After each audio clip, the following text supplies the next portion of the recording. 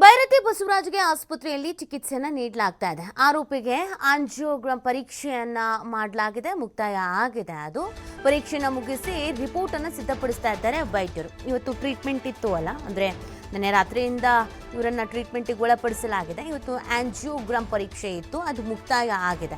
So ಈಗ ಇವರ health condition ಯಾವ ರೀತಿ ಆಗಿದೆ ಅನ್ನೋದ್ರ ಬಗ್ಗೆ ಮಾಹಿತಿ ಬೇಕಾಗುತ್ತೆ. ಅದರ ನಂತರ ವಾಟ್ ನೆಕ್ಸ್ಟ್, ಅಂದ್ರೆ ಇವ್ರನ್ನ ಕಸ್ಟಡಿಗೆ ಪಡ್ಕೊಳ್ಳೋದ ಅಥವಾ ಇನ್ನೊಂದು ಮತ್ತೊಂದು ಏನಿದೆ ಆ ಪ್ರಕ್ರಿಯೆ ನಡೆಯುತ್ತೆ. ಅದೆಲ್ಲಕ್ಕಿಂತ ಮುಂಚಿತವಾಗಿ ಈಗ ವೈದ್ಯರು ಒಂದು ರಿಪೋರ್ಟ್ ಕೊಡಬೇಕು, ಇವ್ರು ಆರಾಮಾಗಿದ್ದಾರೆ, ಇವ್ರು ಹುಷಾರಾಗಿದ್ದಾರೆ ಅನ್ನೋದು. ಇಲ್ಲ ಅಂತಂದ್ರೆ ಇವ್ರಿಗಿಲ್ಲ ಹೆಲ್ತ್ ಕಂಡೀಷನ್ ಸಿಕ್ಕಾಪಟ್ಟೆ ಅಪ್ಸೆಟ್ ಆಗಿದೆ, ಟ್ರೀಟ್ಮೆಂಟ್ ತಗೋಬೇಕು ಅನ್ನೋದು. ಸೊ ಸದ್ಯಕ್ಕೆ ಈಗ ವೈದ್ಯರ ರಿಪೋರ್ಟ್ಗಾಗಿ ಕಾಯಲಾಗ್ತಾ ಇದೆ, ಸಿದ್ಧಪಡಿಸ್ತಾ ಇದ್ದಾರೆ ವೈದ್ಯರು ರಿಪೋರ್ಟ್ ಅನ್ನ.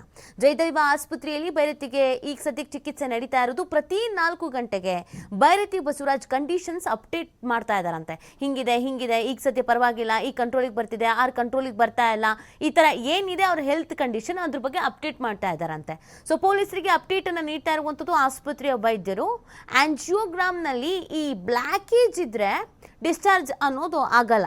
ಬ್ಲಾಕೇಜ್ ಇತ್ತು ಅಂತಂದ್ರೆ ಫರ್ದರ್ ಅದಕ್ಕೆ ಏನು ಟ್ರೀಟ್ಮೆಂಟ್ ಇರುತ್ತೋ ಆ ಟ್ರೀಟ್ಮೆಂಟ್ ಅನ್ನು ಕೊಡಬೇಕಾಗತ್ತೆ. ಅಕಸ್ಮಾತ್ ಬ್ಲಾಕೇಜ್ ಎಲ್ಲ ಏನೂ ಇಲ್ಲ, ನೋ ವರೀಸ್ ಅಂತ ಹೇಳಿದ್ರೆ ಡಿಸ್ಚಾರ್ಜ್ ಮಾಡ್ತಾರೆ.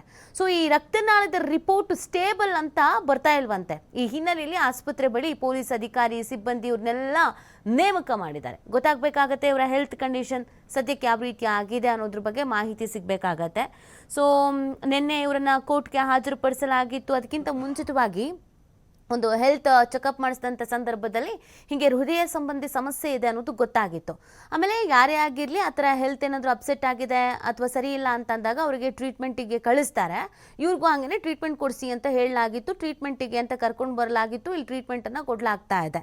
ಸೊ ಈ ಸಂದರ್ಭದಲ್ಲಿ ಇವರ ಹೆಲ್ತ್ ಕಂಡೀಷನ್ ಯಾವ ರೀತಿ ಆಗಿದೆ ಅನ್ನೋದಕ್ಕೆ ವರದಿ ಬೇಕಾಗತ್ತೆ. ವೈದ್ಯರು ಮಾನಿಟರ್ ಮಾಡ್ತಾ ಇದ್ದಾರೆ. ಪ್ರತಿ 4 ಗಂಟೆಗೊಮ್ಮೆ ಇವರ ಹೆಲ್ತ್ ಹೆಂಗಿದೆ, ಸ್ಟೇಬಲ್ ಆಗಿದೆಯಾ ಇಲ್ವಾ, ಇದ್ರ ಬಗ್ಗೆ ಅಪ್ಡೇಟನ್ನು ಅಧಿಕಾರಿಗಳಿಗೆ ನೀಡ್ತಾ ಇದ್ದಾರೆ.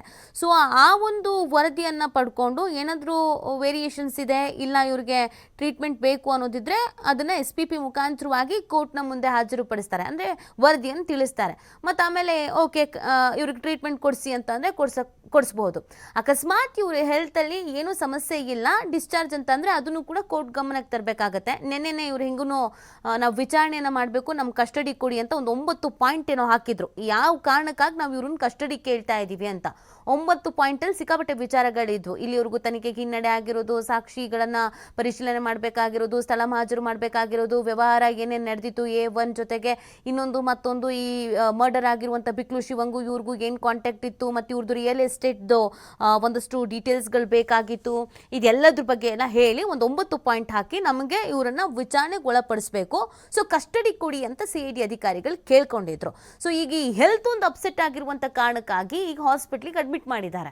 ಇದು ಸಹಜವಾದಂಥ ಪ್ರಕ್ರಿಯೆ. ಅಂದರೆ ಯಾರೇ ಆಗಿರಲಿ, ಅದು ಇವರು MLA MP ಇವ್ರಿಗೆ ಮಾತ್ರನ ಹಾಸ್ಪಿಟ್ಲು ಇಲ್ಲ, ಹಾಗೇನಿಲ್ಲ. ಯಾವುದೋ ಒಂದು ಕಳ್ತನ ಮಾಡಿದ್ರು ಅದು ಆ ಕೋರ್ಟ್ಗೆ ಸಂಬಂಧಪಟ್ಟಂಥ ಕೇಸ್ ಅಂತ ಅಂದಾಗ ಕೋರ್ಟ್ಗೆ ನಿಮ್ಮನ್ನ ಪ್ರೊಡ್ಯೂಸ್ ಮಾಡೋಕ್ಕಿಂತ ಮುಂಚಿತವಾಗಿ ಒಂದು ಹೆಲ್ತ್ ಕಂಡೀಷನ್ಸ್ ಚೆಕಪ್ ಮಾಡ್ತಾರೆ. ರೀಸನ್ಸ್ ಇಷ್ಟೇ, ಏನೋ BP ವೇರಿಯೇಷನ್ಸ್ ಆಗುತ್ತೆ, ಹೈ ಆಗುತ್ತೆ, ಲೋ ಆಗುತ್ತೆ, ಹೃದಯ ಸಂಬಂಧಿ ಕಾಯಿಲೆ ಆಗುತ್ತೆ, ಕರ್ಕೊಂಡೋಗಿ ವಿಚಾರಣೆ ಮಾಡೋಷ್ಟೊತ್ತಿಗೆ ಹಾರ್ಟ್ ಅಟ್ಯಾಕ್ ಆಗುತ್ತೆ, ಇನ್ನೊಂದಾಗುತ್ತೆ, ಮತ್ತೊಂದಾಗುತ್ತೆ. ಅಧಿಕಾರಿಗಳು ತಲೆ ಮೇಲೆ ತಗೊಳಕ್ಕೆ ರೆಡಿ ಇರಲ್ಲ, ಮತ್ತೆ ಆ ಒತ್ತಡ ಹೇರೋದು ಕೂಡ ಸರಿ ಇರಲ್ಲ. ಸೊ ಹಾಗಾಗಿ ಕಂಪ್ಲೀಟ್ ಆಗಿ ಇವ್ರು ತನಿಖೆಗೆ ಒಳಪಡಬಹುದಾ, ಇವ್ರನ್ನ ನಾವು ತನಿಖೆಗೆ ಒಳಪಡಿಸಬಹುದಾ, ಇವ್ರ ಹೆಲ್ತ್ ಕಂಡೀಷನ್ ಸರಿ ಇದೆಯಾ, ಇದನ್ನ ಚೆಕ್ ಮಾಡ್ಕೊಂತಾರೆ.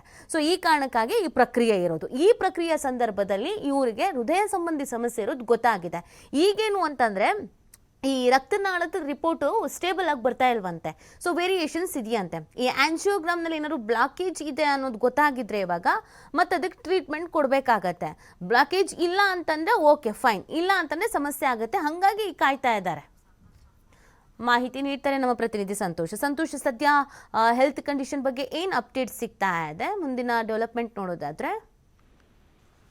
ಭೈರತಿ ಬಸವರಾಜ್ ಅವರಿಗೆ ಈಗಾಗಲೇ ಜಯದೇವ ಆಸ್ಪತ್ರೆಯಲ್ಲಿ ಚಿಕಿತ್ಸೆಯನ್ನು ಕೊಡ್ತಾ ಇರುವಂತದ್ದು. ಅವ್ರಿಗೆ ಮಾಡ್ತಾ ಇರುವಂತಹ ಆಂಜಿಯೋಗ್ರಾಮ್ ಪರೀಕ್ಷೆ ಏನಿತ್ತು, ಆ ಆಂಜಿಯೋಗ್ರಾಮ್ ಪರೀಕ್ಷೆ ಕಂಪ್ಲೀಟ್ ಆಗಿ ಮುಕ್ತವಾಗಿದೆ ಅನ್ನೋ ಮಾಹಿತಿ ಇರುವಂತದ್ದು.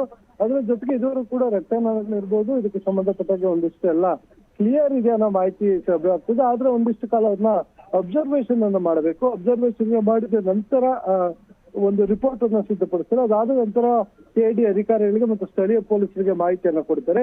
ಸದ್ಯದ ಪರಿಸ್ಥಿತಿಯಲ್ಲಿ ಅವ್ರಿಗೆ ಆಂಜಿಯೋಗ್ರಾಮ್ ಮಾಡಿ ಅವ್ರಿಗೆ ಇನ್ನೂ ಕೂಡ ಚಿಕಿತ್ಸೆ ಮುಂದುವರೆದಿದೆ ಮತ್ತು ಅವ್ರನ್ನ ಗಮನಿಸ್ತಾ ಇರುವಂತದ್ದು. ಅಂದ್ರೆ ಅವರ ಆರೋಗ್ಯದ ಪರಿಸ್ಥಿತಿ ಹೇಗಿದೆ, ಯಾವ ರೀತಿಯಾಗಿ ಅವ್ರಿಗೆ ಚಿಕಿತ್ಸೆಗೆ ಸ್ಪಂದಿಸ್ತಾ ಇದ್ದಾರೆ.